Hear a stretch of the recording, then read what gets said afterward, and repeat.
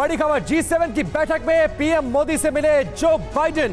PM Modi की chair के पास आकर उनसे मुलाकात की पीएम मोदी और जो बाइडेन गले मिले। और ये तस्वीर पूरी दुनिया के लिए एक बड़ा संदेश, कैसे दुनिया की सबसे बड़ी शक्ति, उभरती हुई अर्थव्यवस्था के राष्ट्राध्यक्ष से मिलते हुए और खुद अपनी कुर्सी से उठे, चलकर आए। तमाम राष्ट्राध्यक्षों के बीच में भारत के प्रधानमंत्री नरेंद्र मोदी बैठे थे, उनसे मुलाकात की, गले मिले और ये एक बड़ा संदेश, ये तस्वीर अपने आप में दुनिया को देती हुई नजर आ रही है। G20 की बैठक हो या फिर G7 की, इन तमाम बैठकों में जिस तरह का जेस्चर प्रधानमंत्री मोदी के प्रति जो बाइडेन ने दिखाया है वो अपने आप में ऐतिहासिक है। जी हाँ, तो इस तस्वीर की चर्चा हम कर रहे हैं और तस्वीर बेहद खास है। तो देखिए, पीएम मोदी के मुरीद बाइडेन, क्या इस तस्वीर की बड़ी चीजें रहीं जो उसको भी हम समझते हैं इस मुलाकात की। देखिए, आप जो वो तस्वीर देख रहे हैं, हम उसी की बात कर रहे हैं। 3 बड़ी वजह हम आपको बता रहे हैं कि क्या है इस तस्वीर के पीछे, इस तस्वीर के सामने आने के पीछे की 3 बड़ी वजह। एक तो वर्ल्ड लीडर की पहचान, प्रधानमंत्री Narendra Modi as a global leader अब आइडेंटिफाइड है हर जगह और कोई भी उसको नजरअंदाज नहीं कर सकता। वहीं दूसरी तरफ उनकी जो वैश्विक पॉपुलैरिटी, ग्लोबल पॉपुलैरिटी है, वो भी निधि दिन रात बढ़ती जा रही है। हर रेटिंग में हमें हर बार सुनने को मिलता है कि प्रधानमंत्री आगे। और एक बहुत अच्छी अदा है प्रधानमंत्री मोदी की, वो है संवाद, उससे दिल जीत लेते हैं और इसीलिए जो बाइडेन मुरीद भी हैं भारत के प्रधानमंत्री मोदी के। मायने क्या हैं ये अब आपको समझाते हैं। ये अमेरिका भारत के मजबूत रिश्तों का दौर है और ये मायने बहुत खास हैं। ये महत्वपूर्ण बात है कि हमारे रिश्ते मजबूत हो रहे हैं अमेरिका के साथ। अमेरिका भारतीय प्रधानमंत्री की भूमिका को समझता भी है और इसको वैश्विक मंच पर उठाता भी है, इसलिए तारीफ भी हमने देखी है जो बाइडेन करते हुए दिखे हैं प्रधानमंत्री। बिल्कुल निधि, और देखिए, वैश्विक तनाव के दौर में भारत सबके लिए जरूरी है। भारत की अहमियत निधि सभी समझते हैं, सबको लगता है कि भारत का उनके साथ आना उनके हित में है, तो इस वजह से भी भारत की अहमियत बढ़ी है। बिल्कुल, और वैश्विक तनाव के दौर में भारत सबके लिए कितना जरूरी है ये बहुत अहम है। गौरव अग्रवाल हमारे साथ सीधा जापान से जुड़ रहे हैं और हमारे साथ तमाम खास मेहमानों का पैनल भी मौजूद है। प्रोफेसर अमिताभ सिंह हमारे साथ जुड़ रहे हैं, विदेश मामलों के जानकार। ब्रिगेडियर रिटायर्ड DS त्रिपाठी साहब हमारे साथ जुड़ रहे हैं, रक्षा विशेषज्ञ के तौर पर। JK त्रिपाठी पूर्व राजदूत के तौर पर हमारे साथ जुड़ रहे हैं। विनय शुक्ला भी हमारे साथ वरिष्ठ पत्रकार जुड़ रहे हैं। सबसे पहले गौरव, मैं आपके पास आ रही हूं क्योंकि दुनिया की निगाहें आज जहां आप मौजूद हैं वहां पर टिकी हैं, हिरोशिमा में जहां ज़ेलेंस्की पहुंच चुके हैं। अब जो सबसे बड़ा फोकस पॉइंट है वो ये कि ये मुलाकात होनी है पीएम मोदी और ज़ेलेंस्की के बीच में। क्या युद्ध को खत्म करवाने के लिए शांति दूत का काम करेंगे पीएम मोदी? ये बड़ा सवाल है। देखिए, बड़ा अच्छा सवाल पूछा है आपने निधि, और मैं आपको आपके सवाल का जवाब दूं उससे पहले जरा मैं आपको यहाँ हिरोशिमा में इस वक्त मौसम कैसा है दिखाना चाहता हूँ। धूप खिली हुई है, बिल्कुल यहाँ पर ग्रीनरी है आसपास, बिल्कुल एक तापमान बहुत अच्छा है यहाँ पर और शांत माहौल है, शांति है यहाँ पर। लेकिन क्या हिरोशिमा में G7 की जो ये गर्माहट भरी जो मीटिंग हो रही है उससे ये शांत माहौल शांति निकलेगी दुनिया भर के लिए? ये सबसे बड़ा सवाल है। और शांति का मंत्र जो भारत दे रहा है, शांति का मंत्र जो जापान दे रहा है, हिरोशिमा की इस धरती से जिस शांति को खोजने की कोशिश की जा रही है, क्या वो फॉर्मूला अब सामने आएगा? यही सबसे बड़ा सवाल सबके निगाहों में है। अभी ज़ेलेंस्की से मुलाकात से पहले प्रधानमंत्री नरेंद्र मोदी की फ्रेंच प्रेसिडेंट इमैनुअल मैक्रों से एक मीटिंग है। इमैनुअल मैक्रों भी नेटो के मेंबर हैं और बड़े बढ़ चढ़कर वो लगातार पुतिन से और ज़ेलेंस्की के बीच बातचीत करते रहे हैं, सुलह समझौता कराने की कोशिश करते रहे हैं। तो वो मुलाकात भी बहुत अहम है और हमें उस पर भी नजर रखनी होगी। और जाहिर सी बात है, ज़ेलेंस्की से तो जो मुलाकात है उसका अपना अलग एक इंपॉर्टेंस है। और अभी कुछ देर बाद, क्योंकि अभी 4:45 यहां पर हो रहा है JST, 4:45 हमारे पास अभी यहाँ पर जो टाइम है करीब करीब यहाँ 1 घंटा 5 मिनट का वक्त है जब ज़ेलेंस्की के साथ प्रधानमंत्री नरेंद्र मोदी की मुलाकात होगी। और हिरोशिमा की इन शांत फिजाओं में जो गर्माहट भरी जो G7 समिट हो रही है, क्या वहां से कोई शांति का फॉर्मूला निकलेगा? प्रधानमंत्री नरेंद्र मोदी ज़ेलेंस्की को ऐसा कौन सा मंत्र देंगे और ज़ेलेंस्की प्रधानमंत्री नरेंद्र मोदी से क्या कहेंगे? सबकी निगाहें इसी पर टिकी हुई हैं। G7 समिट का 6ठा सत्र चल रहा है। प्रधानमंत्री ने खुद कहा कि वो ग्लोबल साउथ को रिप्रेजेंट करते हैं। ग्लोबल साउथ मतलब डेवलपिंग और जो पुअर कंट्रीज हैं उनकी बात हो रही है। इसके बाद बात हो रही है बिल्कुल गौरव, बहुत सारे हैं और इस बीच चूंकि ज़ेलेंस्की पहुंचे हैं तो एक तरीके से एक नया विषय ऐसा ऐड हुआ है जिसको लेकर अब देखना होगा कि किस किस नेता की तरफ से क्या क्या सामने आता है। तो हिरोशिमा से बड़ा संदेश देने की होगी कोशिश। हिरोशिमा पहुंचे ज़ेलेंस्की ने ट्वीट कर लिखा है कि आज शांति की राह आसान होगी। थोड़ी देर बाद प्रेसिडेंट ज़ेलेंस्की और भारत के प्रधानमंत्री नरेंद्र मोदी की मुलाकात होगी। यूक्रेन में युद्ध छिड़ने के बाद पहली बार वो भारत के प्रधानमंत्री से मिलेंगे और युद्ध से समाधान से जुड़ी हुई तमाम बड़ी खबरें आएंगी, उस पर चर्चा होगी। दोनों नेताओं की मीटिंग पर पूरी दुनिया की निगाह है। G7 शिखर सम्मेलन के एक सत्र में हिस्सा लेंगे ज़ेलेंस्की और जापान के प्रधानमंत्री फूमियो किशिदा के साथ भी मुलाकात करेंगे ज़ेलेंस्की। तो पूरी दुनिया की निगाह आज G7 में होने वाली इन तमाम मुलाकातों पर। इस बैठक से क्या कुछ निकलता है और क्या आज वो पहल हो जाएगी जो इन दोनों देशों में शांति स्थापित कराने की तरफ आगे बढ़ेगी। बिल्कुल। और विपिन, देखिए हिरोशिमा में G7 के तमाम राष्ट्राध्यक्ष हैं, दूसरे और बड़े नेता भी हैं, लेकिन रूस यूक्रेन वॉर में पीएम मोदी से ही क्यों उम्मीद है, ये होप क्यों है, इसके कारण को भी हम समझते हैं। बिग वॉल के माध्यम से जल्दी से निधि बताते हैं दर्शकों को। देखिए, नंबर 1, हिरोशिमा में मौजूद अकेले न्यूट्रल और सबसे बड़े नेता हैं, यानी कि किसी भी पक्ष की तरफ पूरी तरह से झुके हुए नहीं नजर आते हैं। नंबर 2, वॉर को लेकर भारत लगातार तटस्थ रहा है, शांति की बात करता रहा है निधि। और तीसरी बड़ी बात जो 7 सूत्र हम आपको बता रहे हैं, पुतिन और बाइडेन दोनों को मोदी पर भरोसा है, दोनों नेताओं को भरोसा है मोदी पर। चौथी बड़ी बात, सुलह के भारतीय फॉर्मूले पर भरोसा करना आसान भी दिख रहा है, यह भी सूत्र है। तमाम यूरोपीय देशों के लिए भारत की राय भी अहम हो जाती है रवि। बिल्कुल। और नंबर 6, रूस चीन को और पास न आने देने का भी दबाव है। 7वां, पश्चिम को युद्ध से निकलने का रास्ता मिल जाएगा। ये सारी चीजें, ये सारे फैक्टर्स यहां काम करते नजर आ रहे हैं। मनीष हमारे साथ, हमारे सहयोगी जुड़े हुए हैं रूस में, लगातार वो मौजूद है, सीधे चलेंगे उनके पास। मनीष, अब बहुत ही स्ट्रेट क्वेश्चन मैं आपके सामने रखने जा रहा हूं। ज़ेलेंस्की है जापान में, वहां मॉस्को में, वहां क्रेमलिन में, पुतिन के दफ्तर में कितनी बेचैनी होगी G7 में इस नए चैप्टर के जुड़ने से। मनीष। बिल्कुल, देखिए, आपके स्ट्रेट सवाल का दिलचस्प जवाब मैं देना चाहूँगा। रूस में लोग ये पूछ रहे हैं कि जापान के बाद ज़ेलेंस्की कहाँ जाएंगे, क्योंकि बीते 2 हफ्ते से तो ज़ेलेंस्की घर जा नहीं रहे हैं। एक के बाद एक संजोग ऐसा हुआ कि यूरोप का टूर खत्म हुआ तो अरब लीग चल रहा था, तो बिना बुलाए सऊदी अरब पहुंचे। उन्होंने कहा कि ये मंच दे दीजिए, थोड़ा मैं अपनी बात कर लूं। फिर हिरोशिमा पहुंच गए, अब जापान में है, G7 में बात करेंगे।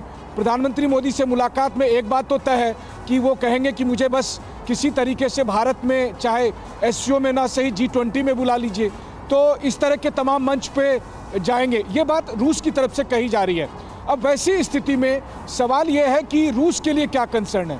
देखिए, रूस को ये पता है कि G7 में होगा वही जो अमेरिका चाहेगा, और रूस को याद है पिछला G7 जब जर्मनी के म्यूनिख में हुआ था, तब तत्कालीन ब्रिटिश प्रधानमंत्री ने किस तरीके से पुतिन का मजाक बनाया था। तो वैसी कोई घटनाएं हो भी सकती है यहाँ। हाँ, ये बात अलग है कि रूस को इस बात का भरोसा है कि चूंकि भारत की वहाँ मौजूदगी है तो बहुत ज्यादा एंटी रूस। आप ही की बात पर मैं ये जरूर कहूंगी, एक उर्दू का लफ्ज है खाना बदोश, और वही ज़ेलेंस्की के साथ नजर आ रहा है।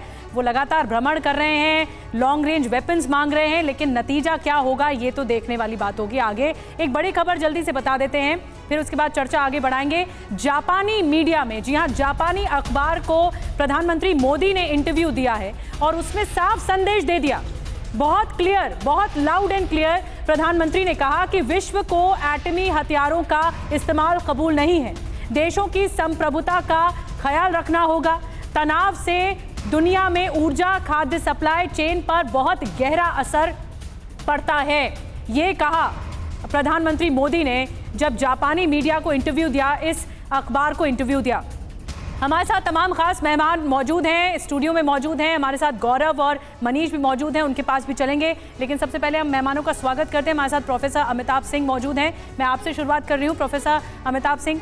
रीजनल डायनामिक्स से लेकर अब ज़ेलेंस्की आगे निकलकर जो मल्टीलैटरल कोऑपरेशन है उस पर आ गए हैं, यानी सहयोग, यहाँ से भी सहयोग, वहाँ से भी सहयोग, सब जगह से सहयोग चाहिए, एरियल सहयोग सबसे ज़्यादा चाहिए। आज के बैठक में क्या बड़ी बातें आपकी तरफ से क्या टेक रहेगा? देखिए, ये आज का G7 समिट जो है वो एक बहुत एक महत्वपूर्ण जगह पे हो रहा है, हिरोशिमा में हो रहा है। हिरोशिमा हम सब जानते हैं किस लिए फेमस है, और ये ऐसी विडंबना भी है कि 78 साल बाद जहाँ पर जिस कंट्री ने बम गिराया था उसी का राष्ट्रपति आज वहाँ शांति की बात करने आ रहा है या बातें करने आया है। तो इम्पॉर्टेंट ये होगा कि सबसे बड़ा डिस्कशन यहाँ ग्लोबल साउथ को इस वॉर में कैसे जोड़ा जाए और कैसे यूक्रेन युद्ध को यूक्रेन के पक्ष में ग्लोबल साउथ को लाया जाए। तो ये एक सबसे बड़ा मुद्दा होगा। प्रधानमंत्री मोदी भी इस पर डिस्कशन करेंगे, क्योंकि ग्लोबल साउथ को वॉर से तो प्रॉब्लम है ही, जो फूड सप्लाई चेन है उस पर प्रॉब्लम है, और जो इससे उत्पन्न होने वाले आपने दुनिया के जिस हिस्से की बात की, अब देखिए उससे एक बड़ा ही दिलचस्प सा सवाल निकल के आ रहा है, और वो सवाल मैं जेके त्रिपाठी सर के सामने रखना चाहूंगा। सर, इस इलाके में यानी जापान और ये जो प्रशांत महासागर क्षेत्र है, इसमें पीस को डिस्टर्ब करने वाला सबसे बड़ा देश है चीन, और चीन को लेकर सारे देश सशंकित हैं। ज़ेलेंस्की पीस के लिए चीन से तो बात करते हैं, लेकिन बाकी देशों से एक तरीके से बहुत ज्यादा ट्रस्ट नहीं दिखाते। ये क्या चक्कर है?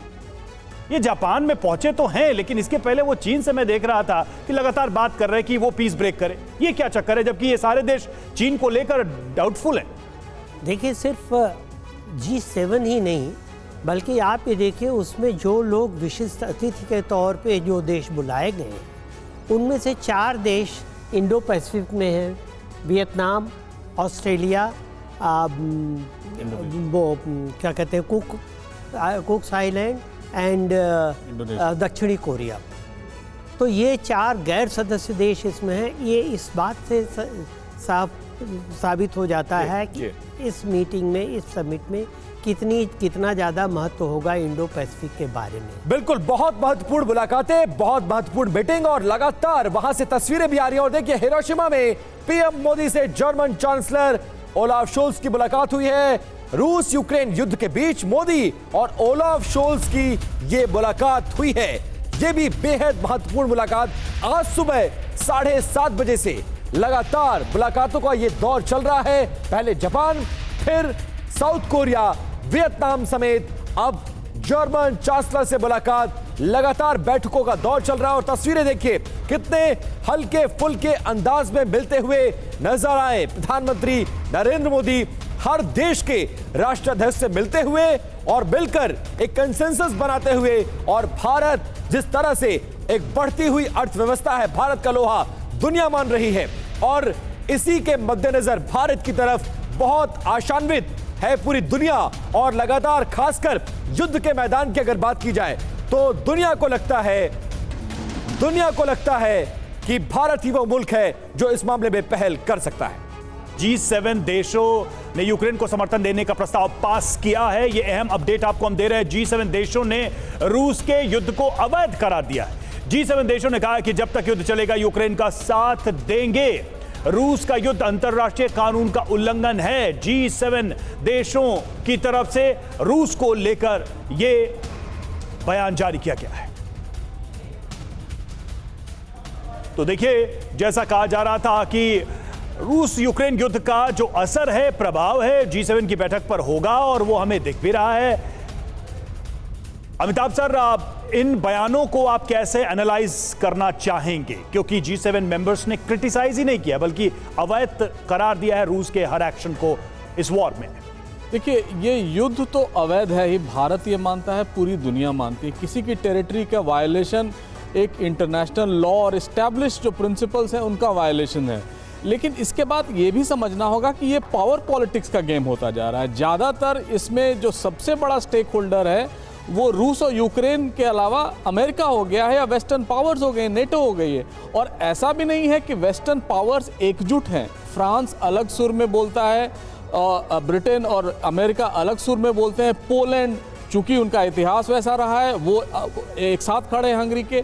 तो जो देखना होगा यहाँ शांति की कोई बात निकल के आती है कि नहीं। हाँ, उस पर निगाहें रहेंगे। ब्रिगेडियर त्रिपाठी सर, आप कैसे देखते हैं इस स्टेटमेंट को और इसका इंपैक्ट क्या होगा? क्या यहाँ से वापस जाने के बाद शांति को लेकर कोई बातचीत होगी, या फिर युद्ध और एस्केलेट होगा, और बढ़ेगा, तबाही और बढ़ेगी, और नुकसान संभावना पूरी है कि सबसे ज्यादा यूक्रेन को ही होगा?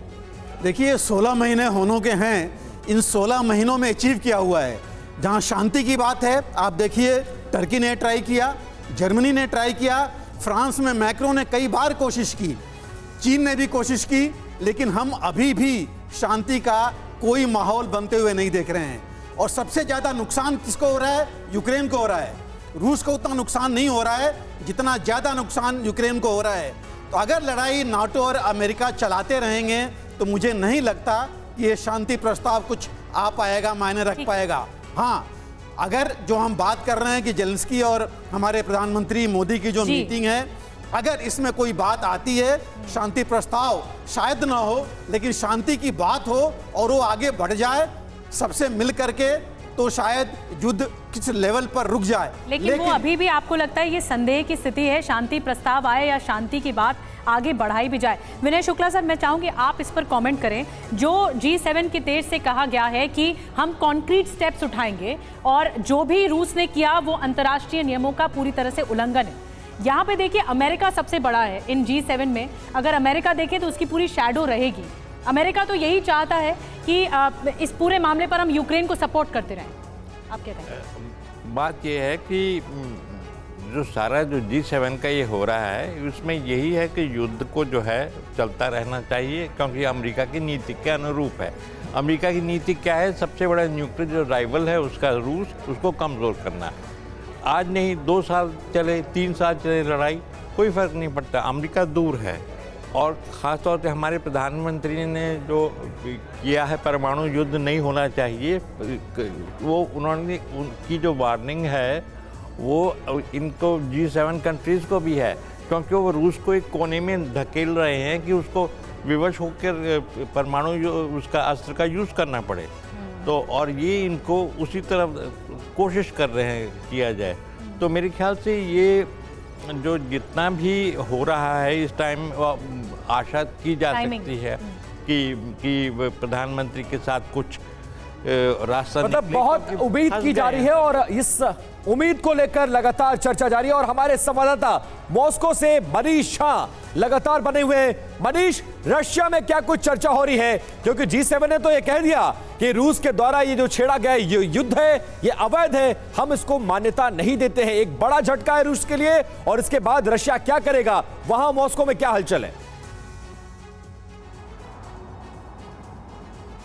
बिल्कुल, देखिए जैसा कि उम्मीद था वैसा ही हुआ। और रूस को जो आशंका थी तो G7 ने रूस के खिलाफ ठीक उसी तरह से अपनी प्रतिक्रिया भी दी है, उस तरह की बयानबाजी भी हुई है। बस अंतर यह है कि पिछले साल G7 की मीटिंग में पुतिन को लेकर बहुत मजाक उड़ाया गया था, अपमानित किया गया था। अभी तक ऐसा देखने को नहीं मिला है। लेकिन रूस का जवाब यही है। रूस की तरफ से कहा जा रहा है कि जब G7 ये कहता है कि रूस का ये युद्ध अवैध है, तो क्या अमेरिका ने जो अफगानिस्तान में किया, अमेरिका ने जो इराक में किया, अमेरिका ने जो सीरिया और लीबिया में किया या युगोस्लाविया में किया, ये सारे कौन से अंतर्राष्ट्रीय नियमों के तहत थे? उनमें से तो बहुत सारे आक्रमण यहाँ तक कि संयुक्त राष्ट्र के से इजाज़त लिए बगैर किए गए थे। जब अमेरिका करे तो वैध है, जब रूस करे तो अवैध है। ये रूस का रिएक्शन है। तो आप समझ सकते हैं कि ग्लोबल डिवाइड किस तरीके से हो रहा है।